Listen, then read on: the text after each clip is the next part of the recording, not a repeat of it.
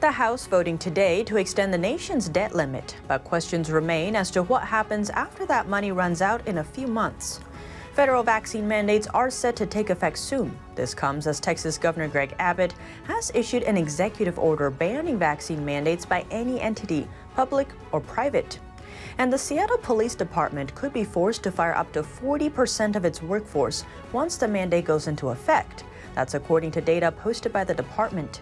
Tune into Deep Dive as we explore these topics and more. Hello and welcome. This is Deep Dive and I'm Tiffany Meier. Let's begin with a quick look at the nation's capital. The House voting today to extend the nation's debt limit through early December. The bill would raise the debt ceiling by $480 billion.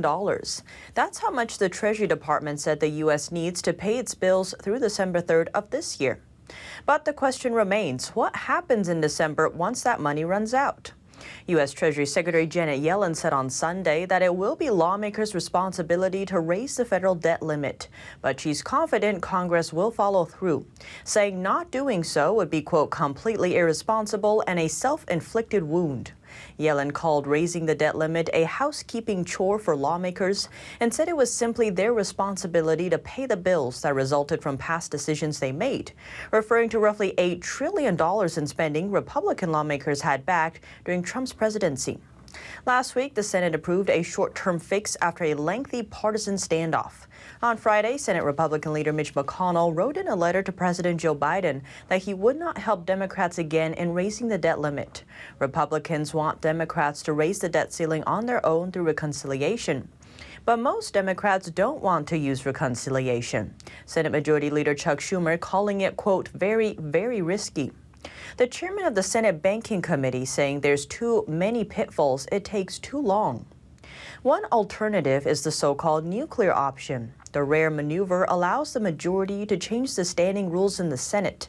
That means they could drop the filibuster, also called a filibuster carve-out. Then they'd only need a simple majority. But several Democrats have rejected doing that in the past, including Senators Joe Manchin, Kyrsten Sinema, and Dianne Feinstein. The clock is ticking for Democrats to find an alternative solution. Now, let's turn to continuing debate around vaccine mandates. Texas Governor Greg Abbott has issued an executive order banning vaccine mandates by any entity, public or private. Governor Abbott issued his executive order on Monday. He said the COVID vaccine is safe, effective, and our best defense against the virus, but should remain voluntary and never forced. The order establishes that no entity in Texas can force any individual to show a receipt of vaccination. That includes employees and consumers who object for reasons of personal conscience, religious belief, or medical reasons, and that includes having recovered from the virus. Abbott's order calls Biden's vaccine mandate federal overreach. He claims these mandates are causing workforce disruptions that threaten Texas's ability to recover from the pandemic. At the federal level, Biden's vaccine mandate is also just around the corner. It's expected to go into effect on November 22nd. The White House says the mandate will save lives, keep schools open, and protect the economy by not having to resort to lockdowns. But not everyone seems to agree. 24 attorneys general threatening lawsuits against the mandate. In some areas, people vowing to quit their jobs over it. The debate over vaccine mandates continues. One area that could see a massive cut in workforce is the police department. According to data posted by the Seattle Police Department, the organization could be forced to fire up to 40% of its workforce once the mandate goes into effect. The data shows nearly 300 sworn officers out of around 1,000 haven't gotten the shot. The spokesperson did tell Fox 13 that over 100 officers asked for exemptions and are awaiting results. But as those numbers are from last week, there's uncertainty around the actual number that could face job loss. The head of the union representing officers in the city, Mike Salam, told the Epoch Times on Tuesday the department has not released any updated numbers since last Wednesday. We are still bargaining this issue, and our next session is this coming Thursday. Washington Governor Jay Inslee told Fox 13 that agencies across the state have backup plans when the mandate goes into effect. The Seattle Police Department already lost over 300 officers after the protests last summer. That's when Black Lives Matter protesters and self-described anarchists took over a neighborhood in downtown Seattle and created the Capitol Hill Autonomous Zone. Police unions across the U.S. have said they are facing significant criticism and pressure amid calls to defund the police after widespread protests, riots, and violence last year.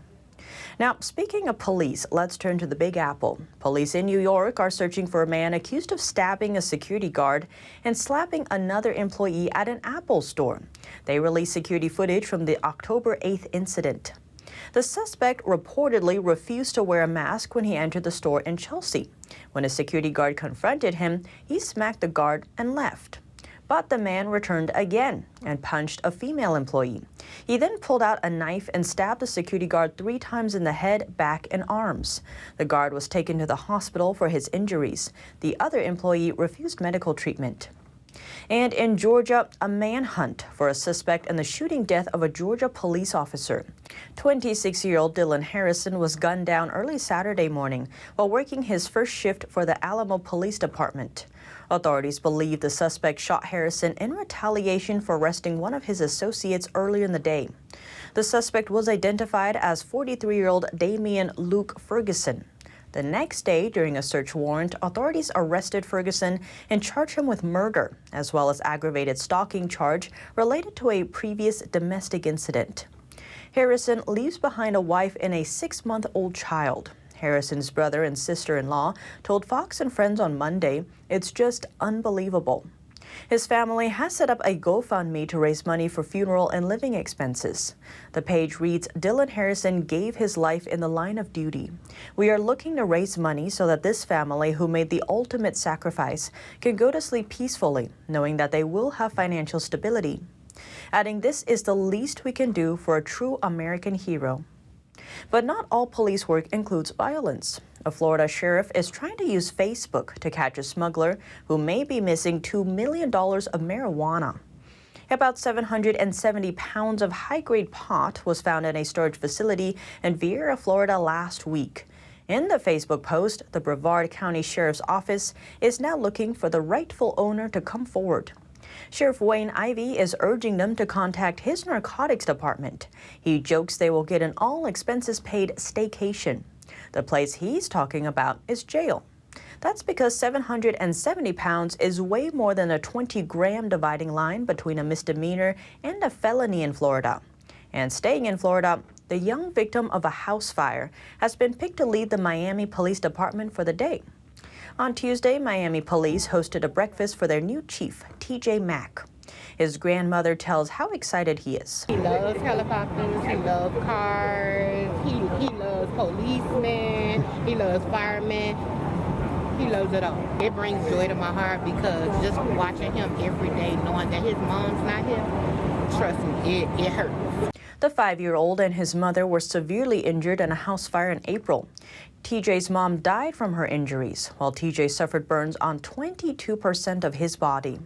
He was just recently released from the hospital, and he's been undergoing surgeries and physical therapy since the tragedy. And now, before we end, a hidden treasure among the mundane. A family in England discovered a pair of lawn ornaments are actually worth $250,000. Among the items they decided to sell when moving to a new home were these 2 statues that were in their garden. The family paid a few $100s for them 15 years ago at an auction. They were thought to be replicas of ancient Egyptian relics dating back thousands of years. But when the new auction house put them on the block, eagle-eyed bidders realized they were actually the real thing. Bidding that started at about $400 quickly went up to $265,000. The winning bid went to an international gallery. Researchers are looking into exactly how old the statues are and how they got to England. But what do you think? Let me know below. Thanks for tuning into Deep Dive. I'm Tiffany Meier, and see you soon.